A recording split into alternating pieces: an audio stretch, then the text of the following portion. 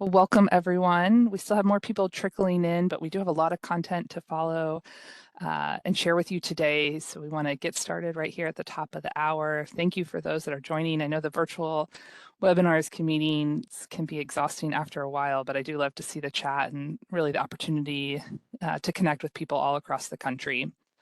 So today we're going to be talking about a topic hopefully some of you are familiar with, and if not, you're in the right place. Totally fine. And we're going to bring you up to speed about another federal funding opportunity that is different than a grant opportunity. So I'm going to take us through some introductions, and I do have 3 other colleagues and presenters that will join me here today. So we're going to kick off with some introductions. I'm going to share with you what the Renew America Schools program is here at the Department of Energy. We're then going to walk through this non-competitive tax credit opportunity. We have Seattle Public Schools on the call with us today, who is actively submitting for projects they completed in 2023 that qualify for the tax credits. And then we'll end with some resources and announcements. So if we go to the next slide, my name is Andrea Swayatoka. I lead the schools portfolio here within the Department of Energy that sits under the State and Community Energy Programs, which we refer to as SCEP. I also have Sarah Ross, who's the co-founder of UndauntedK12, joining us today. Richard Best, who is the Director of Capital Projects and Planning for Seattle Public School, and Anissa Hemming, who's the Director of Center for Green Schools. So you'll hear from each of them as we move through the hour, and excited that they're able to share their perspective and their story as it relates to these tax credits. So we'll go to the next slide, and we can go to the next one. Hopefully you are familiar. If not, this is a new program that stood up 2 years ago at the Department of Energy. It's the first time that we've had the opportunity to directly fund K-12 public schools. We have funding that spreads across 5 fiscal years. It started in FY22 and extends through FY26. This can help K-12 public schools fund energy efficiency upgrades or renewable upgrades at their facilities. We do have an open application, if you click to the next slide, that I wanted to share with you. So if this is the first time you're hearing about this, you're not too late. We released the application and it opened on March 20th, so just about a month and a half ago. We plan to make announcements of about 180 million here in August of 2024. This time around, this is our second round of applications. We are requiring a minimum portfolio size of 10 schools.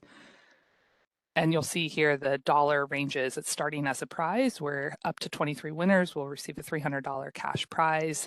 And then depending on your portfolio size, additional funding ranges anywhere from about 10 million up to 15 million. Applications are due June 13th by 5 p.m. So if you're interested, I encourage you. We do have some upcoming office hours. There's a lot of great resources, and there's a link here in the subsequent slides. If you go to the next one, share a little more detail about the funding range. So I mentioned that the portfolio size is important this time. So you can see if you're submitting with a portfolio of 10 to 14, again, that ranges, everyone receives the initial $300,000 cash prize, and then your transition into a cooperative agreement, the dollar amount does change based on that portfolio. Next slide, please. So if you visit the herox.com/renew schools prize, that has all of the resources that you need. It has the recordings from informational webinars, from an office hour we hosted about 2 weeks ago. We have an upcoming office hour for which you can register for. The important deadline here is June 13th by 5 p.m. All of the submissions need to be in. And then we do plan to make those selections here in August of 2024. So exciting time, excited to bring on some new selectees and work to implement more projects. So we go to the next slide. Andrea, can I pop Yeah. in real quick? Yep. You mentioned a portfolio size. Can you, does that have to be all within one school district? It does not. Great question. We have an extensive Q&A on the website with over 400 questions. Would encourage everyone to look at that, but that absolutely does not. So if you're a small rural school district or tribal school district, or maybe you do have 10 in your portfolio, but you don't need 10 that need those improvements. We're absolutely encouraging school districts to partner. There's no limitation to the geography of those, so you're welcome to cross state lines. Really just looking for that minimum portfolio size in whichever way you want to partner with people. It's a great question. Okay, so types of federal funding that's available. I think most people are familiar with competitive grants. An example of that is the Renew America Schools program that we just talked about that. Another opportunity are loans, and we actually hosted a video or a webinar with our what we call our Loan Program Office, or LPO, within the Department of Energy that could give out substantial loans. Would encourage everyone to watch that video recording. It's on our website as well as the slides. It's really helpful to think about those strategies. But today we're going to talk about a third opportunity, which is considered tax credits. And I know you might be sitting here thinking, as a tax-exempt entity, how is that possible? This is brand new as a part of the Inflation Reduction Act. And so we want to walk folks through how this will actually work, given we are in the first round of people submitting for those tax credits. So this is a non-competitive tax credit up to about 50% of the project investment costs. So let's go to the next section. I'm going to take us through some very introductory slides and then pass it over to Sarah to walk you through. I do want to highlight that on May 30th, we're going to host a more in-depth webinar on the same topic, but really get into the weeds of some of the issues and how you go about thinking about, and this will make a little more sense in the upcoming slides, but things like domestic content and prevailing wage. So this one's a little bit higher level. Please register if you're interested in more content for that May 30th. The registration link is available on the Renew America Schools website, and we'll follow up with everyone on this call with a registration link as well. Next slide, please. So in good government form, I do have to start with a disclaimer slide, just really emphasizing that this tax provision for general information purposes and is not itself tax advice. Do want to note that the DOE slides rely on simplification and generalizations to convey high-level points about the Inflation Reduction Act tax provisions, and we strongly recommend that you refer to the guidance by IRS for more detailed information on the rules. Let's go to the next slide. Okay, so what does this all mean for you? And it gets a little complicated. Different names are used. Generally, it is called elective pay. You may also hear it called, for purposes of this webinar, we're going to call it elective pay.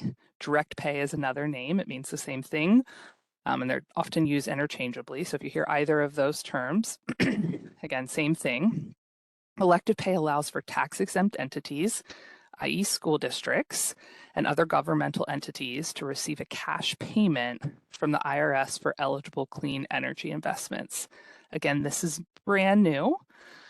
Typically, as a tax-exempt entity, you have not been eligible for any of these tax credits. So at a very high level, as an example, a school district might invest $100 million or $1 million, in the tax credit, eligible for solar, battery storage, and EV chargers at a school. And through elective pay, the school district receives a $300,000 cash payment from the IRS if it qualifies for the relevant 30% investment tax credits. And there's a lot of great resources here. When we post this deck later this afternoon, you'll be able to click on these links. There's a great FAQ and other resources here by the IRS that are published that you're welcome to reference. Let's go to the next slide. So tax exempt and governmental entities that do not owe income taxes can now receive a payment equal to the full value of the clean energy tax credits. What's really great is the tax credits earned through elective pay can be combined with DOE grants and loans with some limitations, and we have a slide that'll explain that in a little more. And eligible entities must complete a pre-filing registration and then claim the credit by filing a tax return with the IRS after the project or property is placed in service. And I'm excited that Richard with Seattle Public Schools is here with us today, as he is actively working on that tax return, and so he'll be able to share some real insight for you all on real application. Next slide, please. Okay, so which tax credits are we eligible for? There are 12 that fall within the Inflation Reduction Act clean energy tax credits. Of those 12, we really plan to highlight 3 that are most applicable to schools. You should certainly familiarize yourself with all of them. Interesting just to get to know, but the 3 that are most relevant to you all on this call, the first one's the investment tax credit, the ITC, for clean electricity storage and certain energy efficiency technologies such as geothermal heat pumps or ground source heat pumps. And that section is, you also might hear it, a lot of people refer to it as ITC. You could also refer to it as 48 and 48E. Then there's the credit for clean commercial vehicles, which is 45W. And then the credit for EV chargers installed in low income or non-urban areas, which is 30C. And again, if you click on this link, when you take a look at the deck, there's a really great one-pager that has all 12 listed. So feel free to browse that. Next slide, please. So how are tax credits different than other DOE grants? So tax credits are generally non-competitive awards. And I do want to stress that. You'll probably hear each of us say that a number of times.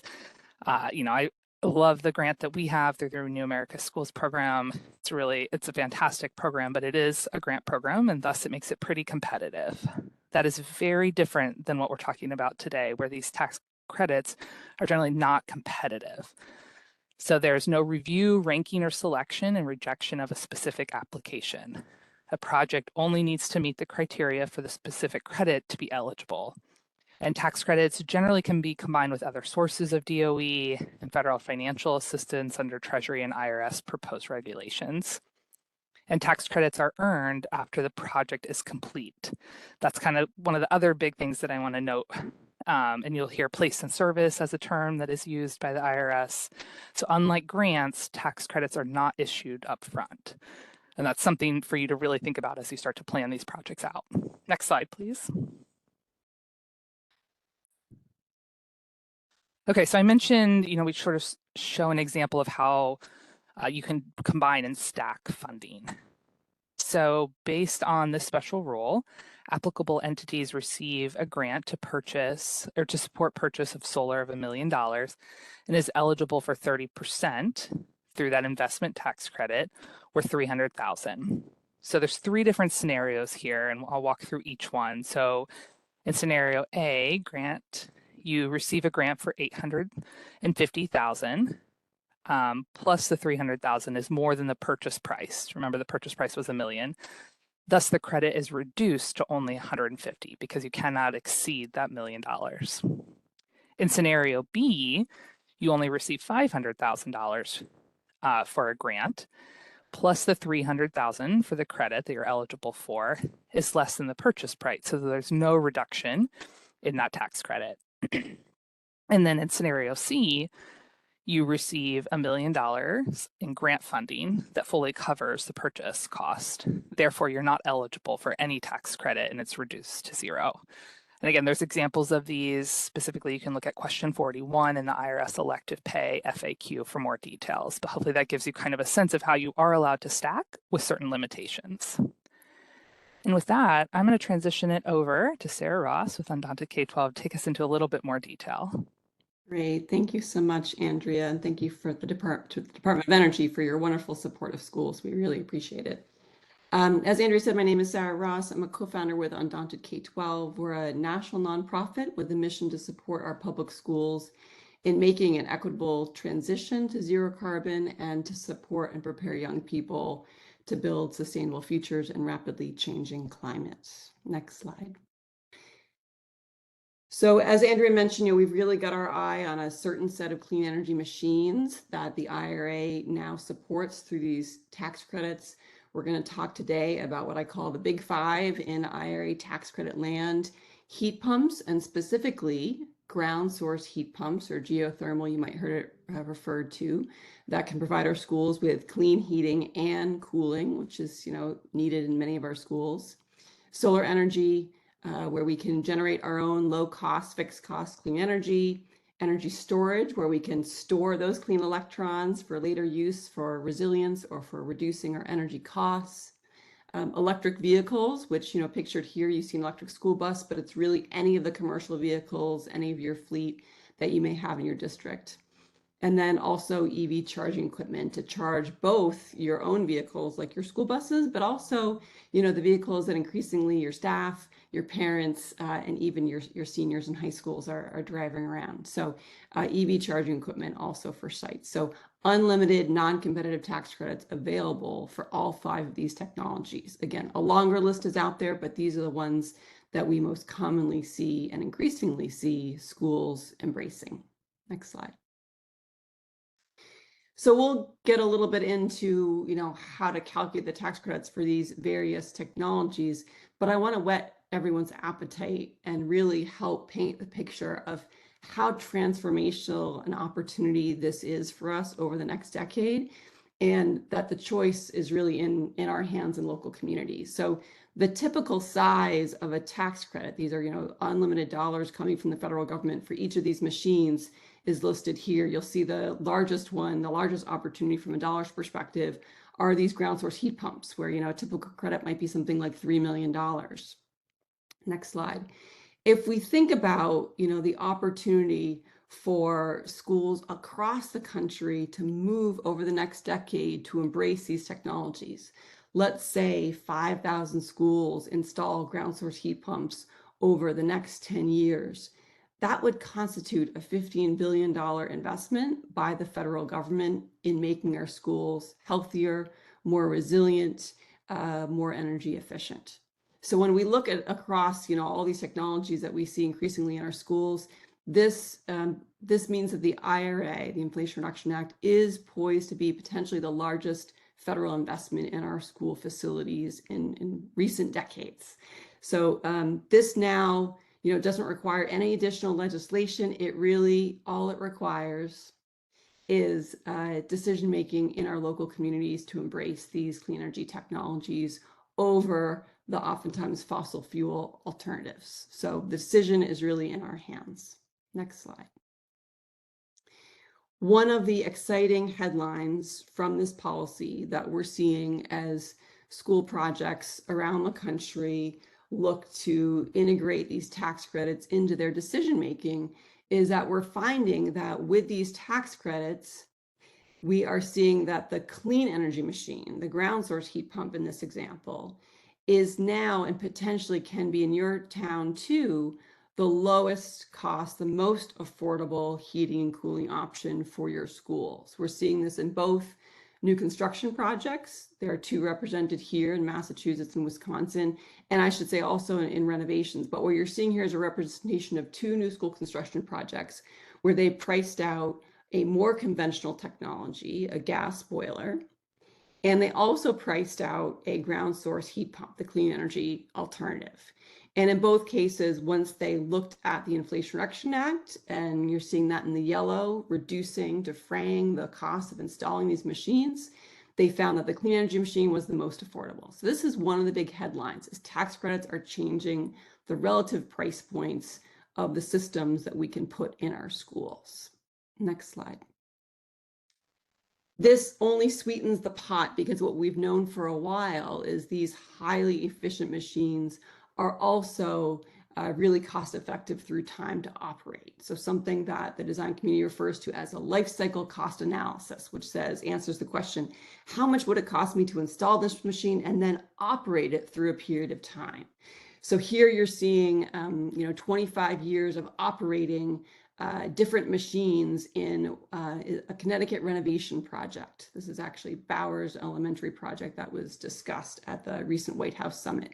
And they priced out a code minimum system, a gas boiler, and then compared that to a ground source heat pump before the IRA came along, and then after the Inflation Reduction Act was in play. And what you're seeing is it was going to cost Manchester, Connecticut, $12.9 million to install and operate the code minimum system. And now with the Inflation Reduction Act, only $8.6 million to install and operate the clean energy machine, the ground source heat pump. So a really exciting bit to add on, lowest first cost to install, and also, huge operational savings for our tight budgets. And so we can reinvest, the difference here, the savings, of course, in our students in the classroom. Next slide. And this is just another representation of that. So, you know, when you compare to the operating costs of again, more traditional systems, these were results from Wisconsin, where they looked at the past few years and compared Forest Edge Elementary, a school with both ground source heat pumps and solar. So now they're feeding their ground source heat pumps with low cost electricity made from their own roof and the sunshine hitting it. And you're seeing that the cost per square foot to operate Forest Edge, that school with clean energy technologies, is a fraction, you know, a third of what they found it cost them to operate two other schools in the same part of Wisconsin. So even in a cold weather climate like Wisconsin, these clean energy machines are, you know, can operate very successfully and save districts cash. Next slide.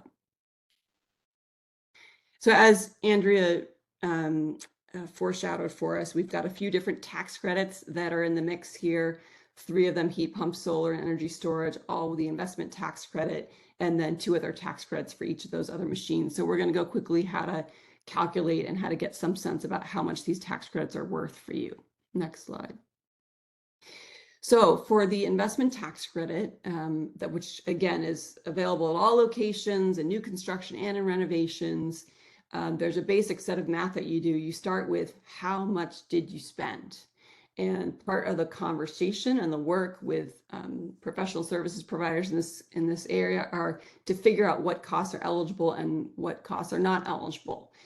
You need some engineering competency to do that, but you basically figure out how much did you spend on installing the clean energy machine. And then to that, you apply a percentage, and that percentage will range based on project characteristics, like where it's located and what other features of the project, what other bonus credits you qualify for. We'll get into more details there. But how much did you spend times the percent? And then the last piece is to make an adjustment. So, you know, Andrea showed an example with grants, showing that you can't kind of make money on these transactions. So we'll reduce tax credits if you've got a huge number of grant dollars in your project. But there's also a small adjustment that we make if you're funding, as many schools do, your project with tax-exempt financing. So we do make an adjustment down by 15% if 100% of the dollars are tax-exempt and pro rata from there. So if half your dollars were tax-exempt, you would reduce it by 7.5%. So how much did you spend? What credits do you qualify for to determine that percent, and then make a little adjustment. We'll go through an example. Next slide. So as we understand these bonus credits and what percentages you qualify for, it's important to understand 3 important concepts that are woven into this IRA policy. The IRA seeks to really deploy clean energy in our communities, but it also has other goals. It wants to also build and support good jobs, family sustaining jobs in doing a lot of this construction work. So there are labor standards that are attached and will come into play in certain circumstances. It wants to provide additional dollars to some of the communities that need them most. And there are different definitions of that, ones that are, you know, have historically been, for example, very connected to a fossil fuel economy. We want to help those communities transition. And then the third goal of the IRA in this set is to really stimulate our domestic manufacturing. You know, the Biden administration wants us to help build things in this country again. And so we've got extra dollars to stimulate our domestic supply chains of these really important clean energy machines that we need to meet our national climate goals. So you'll see those woven in as we get into it here also. And we will be getting into more of the details on specifically these features at the additional session that the DOE is hosting at the end of this month that Andrea mentioned earlier. So please, we're just going to scratch the surface here and we'll dive into more details at the end of this month. Next slide. So this will give you some sense of the details. There's basically increasing percentages that you can apply. You start at 30% if you're a small sized project. So in energy projects, we think about watts. If you're under 1 megawatt, so think of less solar panels versus more solar panels, you immediately start at 30%, and you have an opportunity to add on an initial 10% if you use domestic manufactured goods and domestic steel and iron. And then you can add on an additional 10% if you're located in what's called an energy community. This is a term of art, and there's a map for this at the DOE's website. If you're a solar or wind project, you can compete for some additional tax credits, maybe even another 10 or 20%.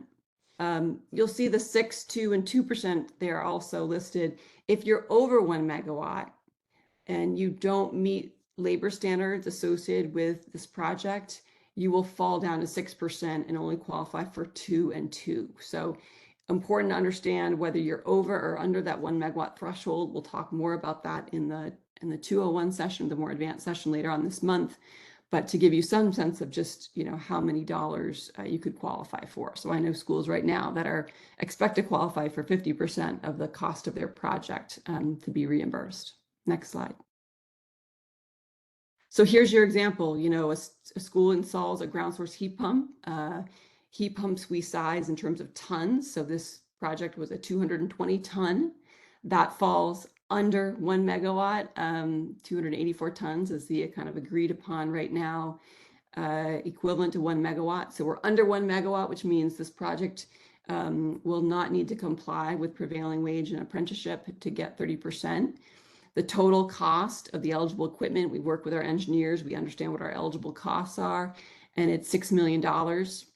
The project does meet the domestic content requirements, so we're sourcing domestic manufactured goods for this project, and the district is using 100% of the dollars for this project are coming from tax-exempt debt. So we're going to start at 30% because we're under 1 megawatt. We're going to add 10% because we're sourcing domestic content, so now we're up to 40%.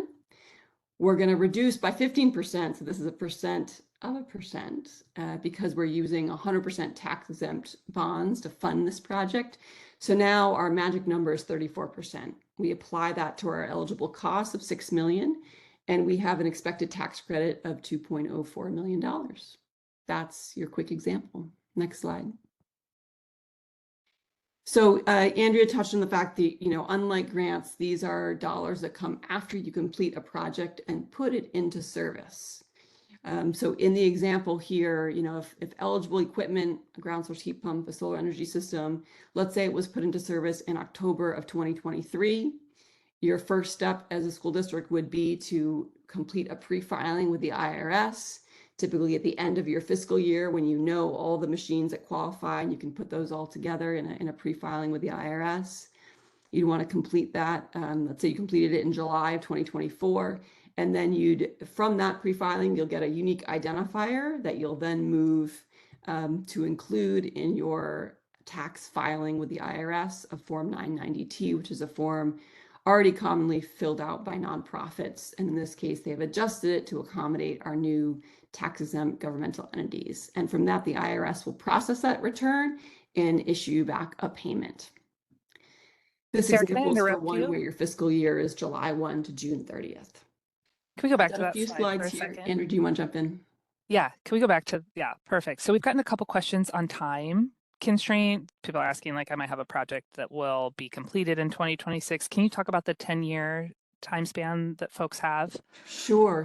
Yeah, that's great. So depending on the technology, we have a good, in general, we have a good long time to start these projects. So for solar, you have to commence construction. So this is another term of art. Basically, when did you put shovels in the ground and incur 5% of the expected project costs? When did you commence construction? We need to do that by 2032 to qualify for that 30% for solar, and it starts to walk down from there. For ground source heat pumps, that date happens to be January 1st, 2035. So again, you have to put shovels in the ground by January 1st, 2035 to qualify for what we just talked about, 30, 40, or 50% off your ground source heat pump. So we have, a good long time. That's for the investment tax credit. There are other details that we can find but similar time horizons for the commercial clean vehicles and the EV charging equipment.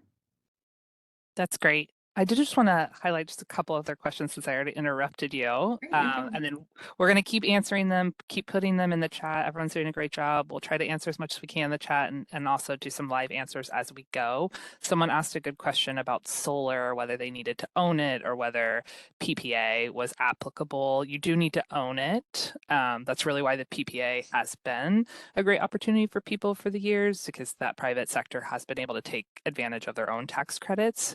So that's what's what's different about this is you do need to own that solar. Otherwise, they'll take advantage of tax credits on their side if you go the PPA route. And then we had, one other good question about upfront costs. That's definitely, probably one of the top concerns that we hear from people of why they're maybe struggling to figure out how to incorporate this into their planning, as you do get the money after the project is completed and placed in service. So I want to go back, and we actually have a link at the end of this, but we held a webinar that I mentioned at the beginning back in March with our loan program office. That's a really great opportunity, and there's other opportunities out there to consider a loan, but what's nice about the DOE one is it's a lower interest rate at that federal level than maybe some of your other private sector. That's a really great opportunity for you to partner with your state. That's what we're encouraging. So take a look at that webinar and slide, reach out if you have any questions. What's also nice about a loan is it's not competitive either, just like these tax credits, so we can really work with the entities. So wanted to just put that back out there as you are thinking about often called bridge financing. How do you get that upfront cost to pay for it before you get the tax credit back? And with that, Sarah, I'll let you keep going, and we'll keep trying to answer questions that come up in the chat. Great. I'll also add that, in the case of ground source heat pumps, those are typically a part of a larger school construction project. And so talking with your finance directors, I was meeting with finance directors yesterday and said, oh yeah, we can easily issue short-term debt to float that portion of the project. And so working with your departments of revenue in your state and working with your finance directors can really be helpful there to find a path forward. Next slide. We've got a few slides here, which will be in the materials, and will really hopefully just whet your appetite to come to the 201. But here's the general highlight of the prevailing wage and apprenticeship. We know you all are used to doing prevailing wage. Apprenticeship is the new piece, so look out for that. Next slide. Domestic content. You'll see the schedule here in terms of using 100% domestic steel and iron, and then an increasing percent of manufactured products. More to come on this important topic. Next slide. You've got slides in here for how to calculate commercial clean vehicles. Next slide. And the alternative fuel refueling property. So a similar scheme. How much did you spend? Apply a rate, and then subject to a maximum. This one is only in certain, although it's a lot of the country, only in certain areas. So do check your site address with the link here. Next slide. To start to close up here, and again, just underscore the magnitude of the opportunity here. And to say, again, there's no limit on the number of tax credits your school can qualify for in any tax year or throughout this decade of action that we have ahead of us. So in this example, we're thinking about a school that installs ground source, solar, and energy storage, gets some EV buses in their fleet and the charging equipment, and is expected to be eligible for $3.315 million of tax credits back from the federal government for doing this work. So just an example of how you can stack up all these together. Next slide. So in order to get you started, a few quick thoughts here before we pass it over to Seattle. One, if IRA is new to you, put it on the agenda and really connect with the rest of your leadership team in your school and start talking about what this opportunity means for you. Connect with your school board on this opportunity. It's a really great but it's a team sport, so put it on the agenda for your team.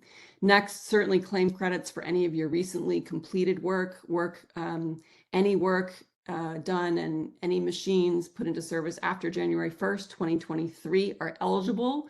So, you may be eligible for credits that you didn't even know or have in your kind of sites as you were planning this project, which you may have done before the IRA was even passed. But anything done after January 1st, 2023 is eligible. So please claim credits for those.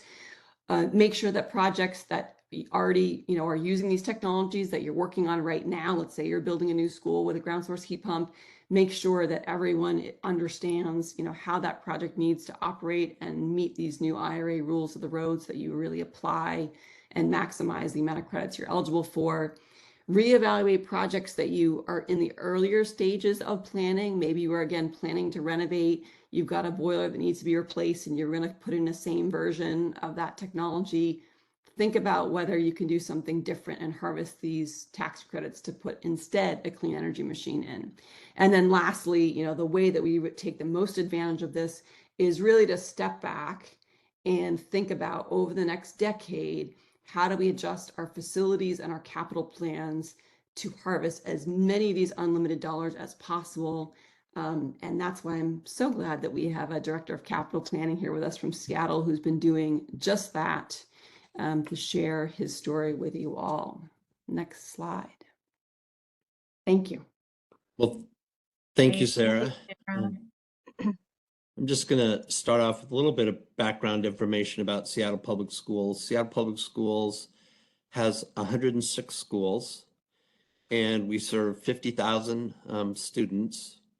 We have been installing geothermal heat pumps systems in our buildings since really the year 2000. That started with a regulatory change by the city of Seattle, in which they required a boiler technician be on site. We have 16, well, prior to 2023, we had 16 schools in which we had heat pump systems installed, geothermal heat pump systems installed, and we have added 3 additional schools in the year 2023. Seattle Public Schools, I like to characterize ourselves as a rather serial builder. We spend annually about $200 million in design and construction procurement. And really the geothermal well system has become our HVAC heating and ventilation system of choice, with our facilities operations staff and then the architects and engineers that we work with. So that's a little bit of background about Seattle Public Schools. We're going to highlight 3 projects that we opened in 2023.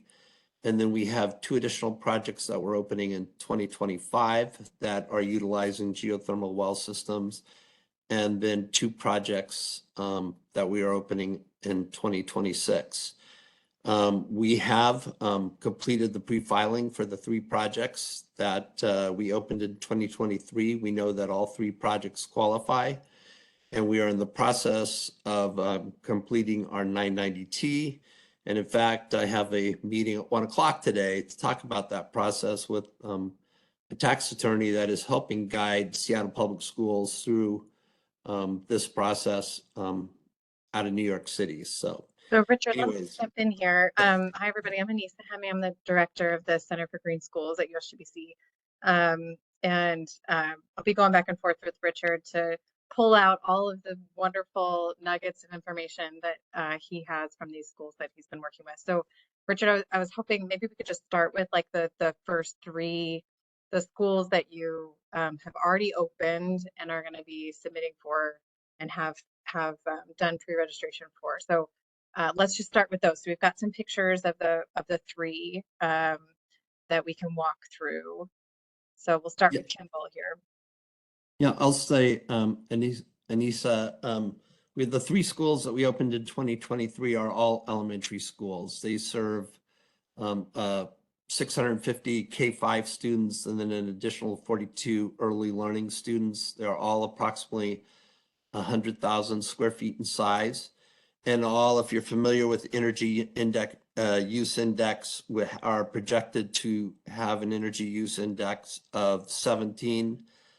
I will state that, Seattle Public Schools is very good on commissioning our buildings, and we usually beat the theoretical energy use index that our mechanical engineers, we actually get lower ratings than what our mechanical engineers projected.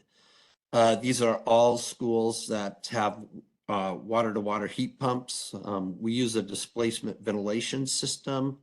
We use that displacement ventilation system because it's a very quiet system, allows our instructors not to have to, to speak loudly over the white noise of other types of heating ventilation systems. So it lessens the strain on their voice, but more importantly, it allows our students to hear the content that the instructor is delivering. So Kimball Elementary School, again, brand new school, opened in 2023. you go to the next slide, just to, it gives you a sense of the school, but it has been really well received.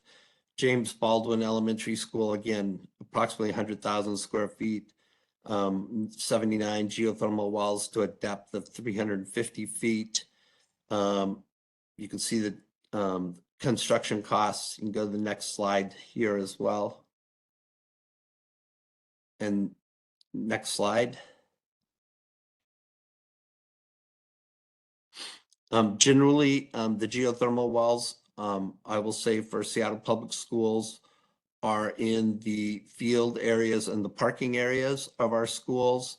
Alki Elementary School, these, well, let me back up and say Kimball, James Baldwin, and Viewlands are all on sites that allowed us large enough from a site acreage standpoint not to put the geothermal wells underneath the building. Our Alki Elementary School project, we're actually locating the geothermal wells under the building. That building is, our school is going to open in 2026. Next slide.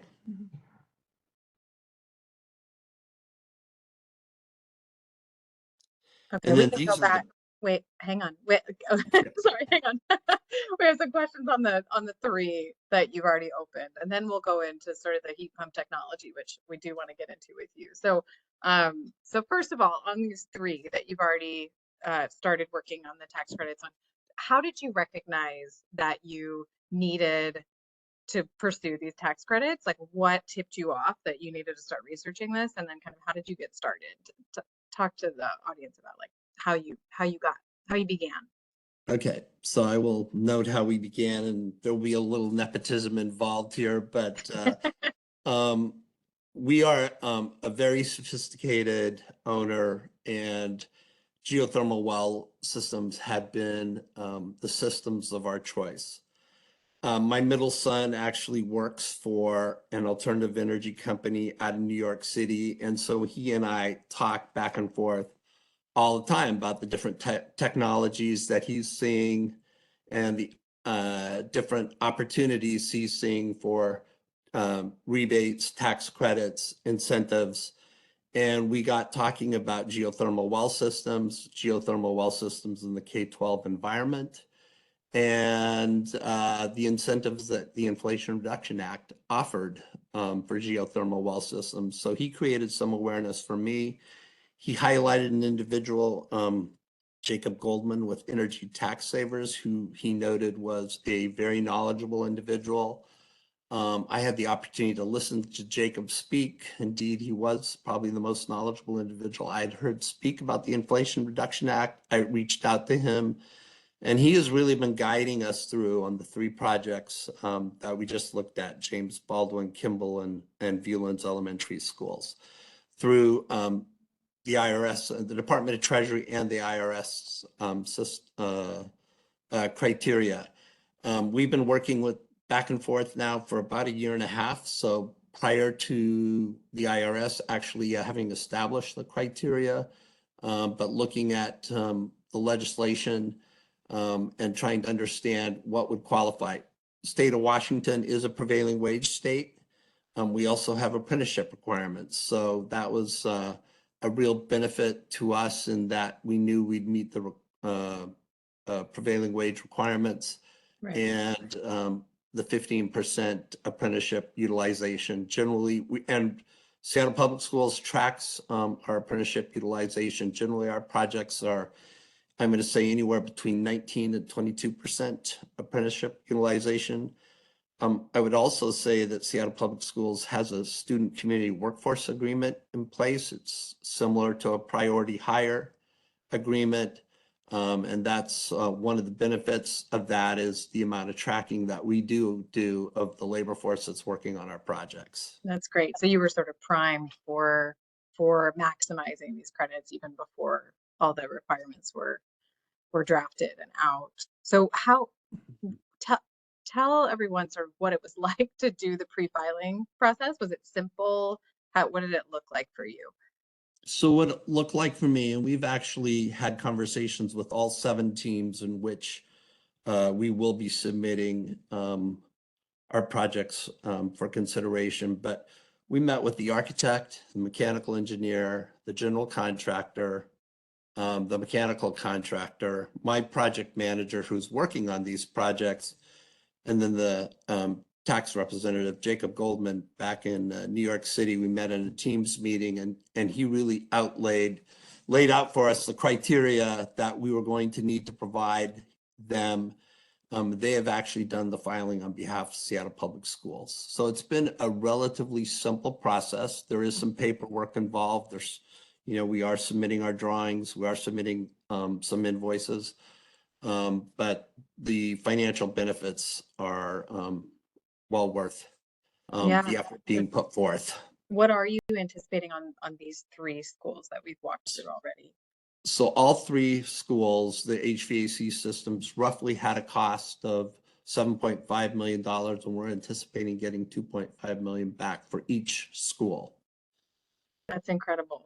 And there was a question earlier that I answered, but I'd love to hear your perspective on it. So it's not just the geothermal, like it's not just the heat pump, right? It's also the distribution system. So how much of the system are you submitting for within the tax credit? Yeah, that's a great question. And thank you for mentioning that.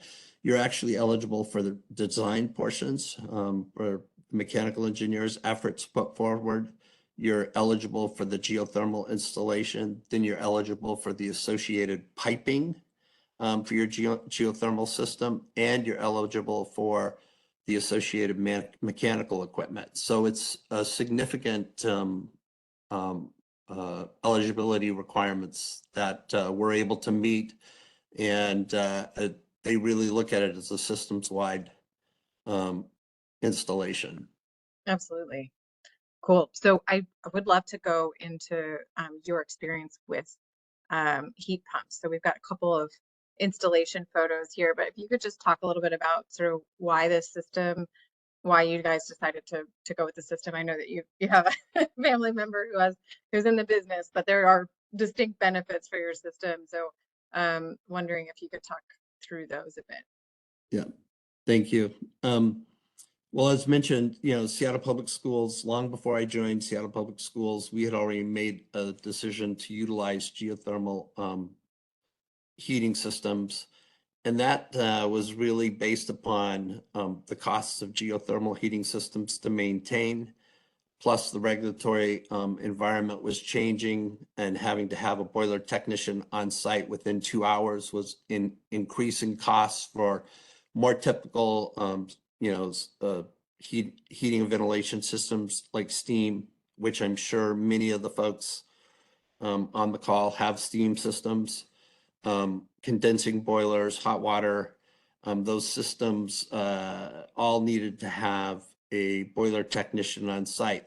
With the installation of geothermal wells, we've learned that and the tracking that we've done on our data systems, we're seeing reduced maintenance costs from an annual operating standpoint, but then we're also seeing significant energy savings as well. Seattle Public Schools does have a public oversight committee that oversees the work of our capital projects and planning team, and they are always pushing us to look at energy conservation and to look at our carbon footprint and how we can minimize the impact to the environment. So that's great. And you're finding these systems, in your case, easy to maintain, and you can find the people to maintain them. We have like probably most school districts, a limited maintenance staff, but we have found these systems to be require relative little maintenance. We have 4 different types of energy plants at this moment in time. We're trying to eliminate the steam systems that we have in our institution at this moment in time, so we can just train our staff to utilize 3 different systems in place: the hot water boilers, the condensing boilers, and then the geothermal wells. Yeah. But this has been the most cost-effective system for us to install. Yeah, great. I We're, think the barrier, and Anissa, has been the first costs, yeah, and through the Inflation Reduction Act, I'm just going to highlight for most school districts, I would really highlight that they really should take a strong look at geothermal wells because the Inflation Reduction Act does eliminate that first cost barrier. yeah, yeah, that's great. So we have about another minute, I think, but I'd love to hear about one of the schools that you're going to be opening and what you anticipate taking advantage of with that school. So we could go to the next slide. I think it's where we have Rainier Beach. Yep. So Yeah. Rainier Beach High School is actually a 5-phased project. And the first phase was the installation of the geothermal wells, and that began in the summer of 2022. This project will be complete in the summer of 2026. And again, through the guidance of our tax attorney, we were really, we were questioning when we should be submitting for this project.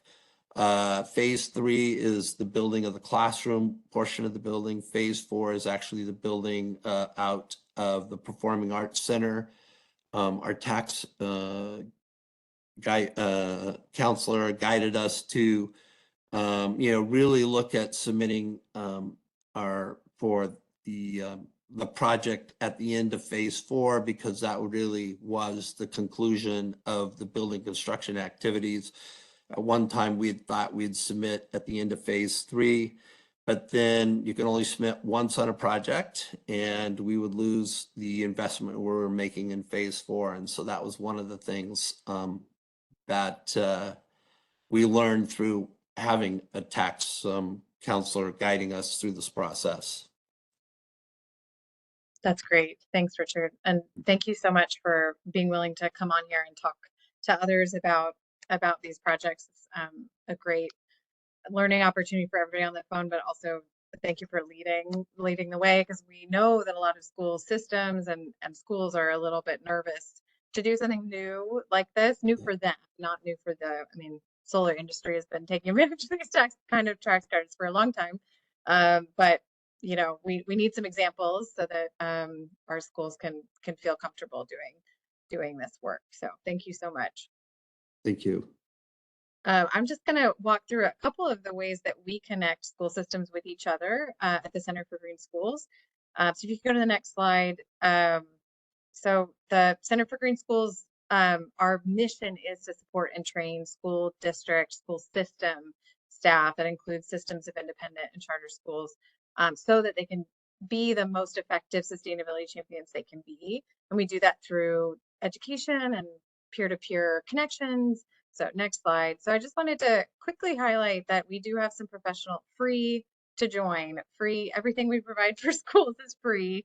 But we have some networks that folks can join to learn more about things like the tax credits and just learn from each other. Because as I noted with Richard's examples, we know that that school professionals need to hear from other school professionals about things like this. So we have a network for sustainability directors, one for indoor air quality leaders, and another one for folks that are focused on green design and construction. So in the capital planning and capital projects side. So next slide. So I just wanted to show you a little bit about what these look like. So we get people together in person every year, and we also do some virtual education and resource distribution and that sort of thing. Next slide. And we do some of these gatherings throughout the year, and some of them alongside the Green Schools Conference. Also highlighting here some research we've done into, during COVID, we did a lot of research on what it was looking like on the ground to implement some of these indoor air quality requirements that were coming out around COVID. We did some fact sheets on IAQ related topics, and in some cases, the intersection with energy efficiency. Next slide. And then we post everything online also for free. So every webcast we've ever done, every publication, it's all available through our website, centerforgreenschools.org. So just want to make sure everyone was aware of those resources. You can go to the next slide. Really appreciate being here and being able to lead this conversation with Richard, and I'll pass it right back over to Andrea so she can wrap it up for us. Thank you, Anissa. That was great. Thank you very much to Sarah and Richard and Anissa for joining. This is not something I probably could have done on my own. I think it's really great to hear from the industry, specifically from a school. And so hopefully this piqued your interest to learn a little bit more. There was a good question. Sarah also provided a different link in the chat, but DOE does have a teaming partner list. This is not specific to tax consultants, but if you click on this link, we've been building this potential partner list for you since September. It's typically always been associated with an open application, but we really thought this would be helpful and important over the years to really build a database. I think it's important to note that DOE doesn't endorse any particular type of vendor or outside contractor. We're really just accumulating those as people submit viable submissions, and then we post it on a regular basis. There's almost 300 entries in there right now. So if you're looking for a particular type of vendor, in this case, since we're specifically talking about tax, there's a tax advice or tax consultant entry. We would encourage school districts to take a look at this list. If you're a consultant, a vendor, contractor on the call, would encourage you to submit to this so that people can find your contact information. It's been a really great way for people to find those connections. I think exactly what's happening in the chat, you don't always know where to go to find these resources. So this list will continue to live on our website, and we update it periodically. If we go to the next slide, I wanted to just share a couple more resources. Hopefully everyone is familiar with ASHRAE, which is an association really that MEP engineers are a part of, but they have been partnering with us in the Efficient Healthy Schools program for the last year and a half or so, really trying to engage with small and rural school districts. So if you're interested in learning more, there's an email address here at schools@ashray.org. Would encourage you to reach out. Hopefully there's someone in your area working to engage with you to understand a lot of these topics that we're talking about, as well as just overall energy efficiency. And then I've already mentioned a couple times, so I'll keep it short, but here's a link to the recording to the DOE Loan Program Office webinar that we hosted back in March as you think about that sort of upfront costs and potential bridge financing needs. And then a final slide of just a few reminders moving forward. So on May 30th, here in about 3 weeks, we're going to host a part 2 to the elective pay, and we're going to go deeper into some of these topics. There was a question about the 1 megawatt. We'll get into that a little bit more. We'll get into what does it mean about domestic content, prevailing wage, and the apprenticeship. So we'll be featuring a number of different speakers again on that webinar. Hopefully you'll find it helpful. We do always record all these webinars. So in the event it doesn't work with your schedule, please come back and visit our website to see the slides and the recordings. And just a final plug for our open application for round 2 of the Renew America Schools Grant Program. Those applications are due by June 30th at 5 p.m. We have one final office hour coming up on May 29th. Would encourage you to register for that. That will also be recorded just in case you're not able to join us, and everything is posted on the herox.com website. So with that, I think we will wrap up. Sarah or Anissa or Richard, any final comments or questions or reactions that you want to lift up to everyone before we conclude? Good. I think this was excellent set of questions, and I'm excited to carry the conversation forward to the 201. We'll have some of the tax professionals that Richard and other districts are working with, so you can be grilling those experts on some of these details. So come back and chat with us again on the 30th. And Andrea, I put my email address in the chat, and if folks have questions about geothermal wells, I'm happy to further that offline. So I know this is a new technology for a lot of school districts, but it is one worth considering. Appreciate that a lot. Well, thank you to the 3 of you for joining. Great webinar, and hopefully everyone got some of their questions answered today. Take care, everyone. Have a great rest of your day. And see you in a couple weeks, May 30th.